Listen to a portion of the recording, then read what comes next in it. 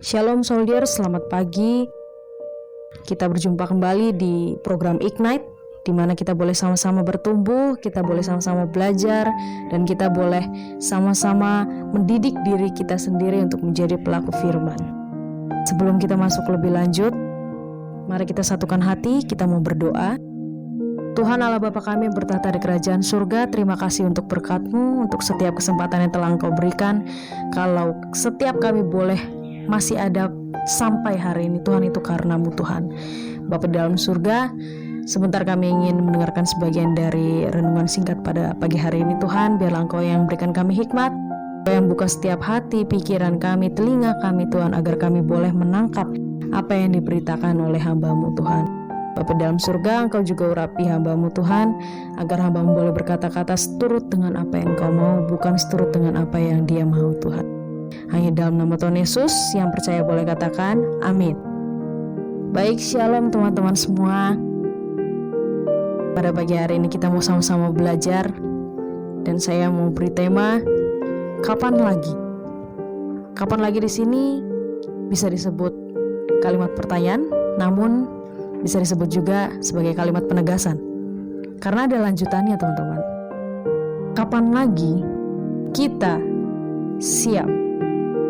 Mungkin teman-teman sering kali ya dengar kalimat kapan lagi, gitu kan? Kapan lagi kita ketemu nih?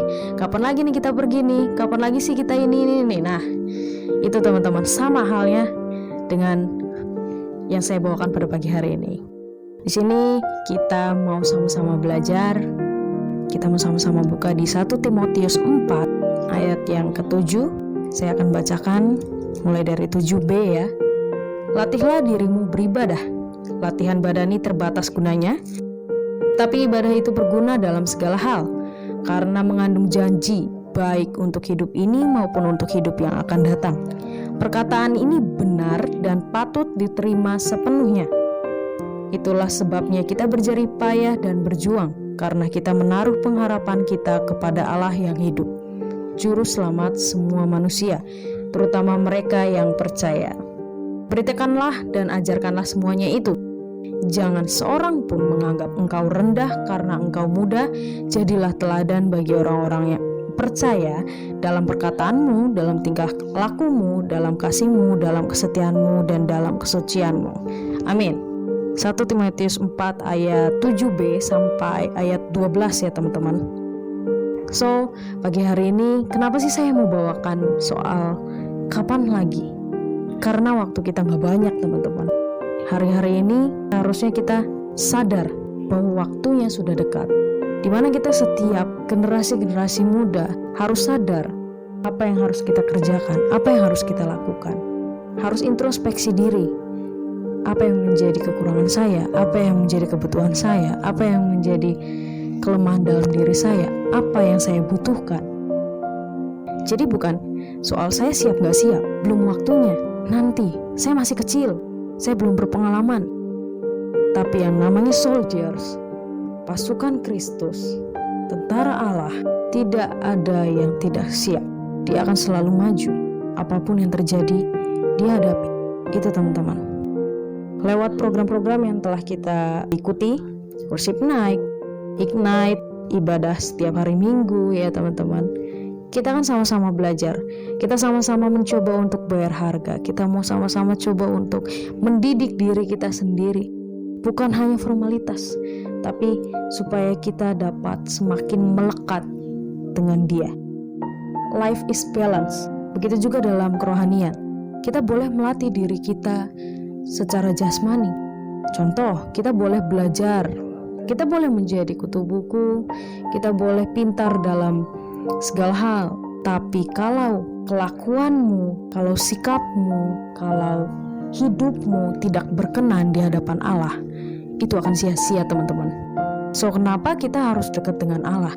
Biar semuanya itu balance, sejalan dengan apa yang Tuhan perintahkan, sejalan dengan apa yang Tuhan mau. Kapan lagi sih? Gak usah nanti-nanti deh. Sekarang, hari ini. Kalau nunggu besok-besok, kalau nunggu nanti, belum tentu kita dapat kesempatan lagi teman-teman. Pernah gak sih kalian sempat mikir, besok nih saya masih diberikan kesempatan gak ya?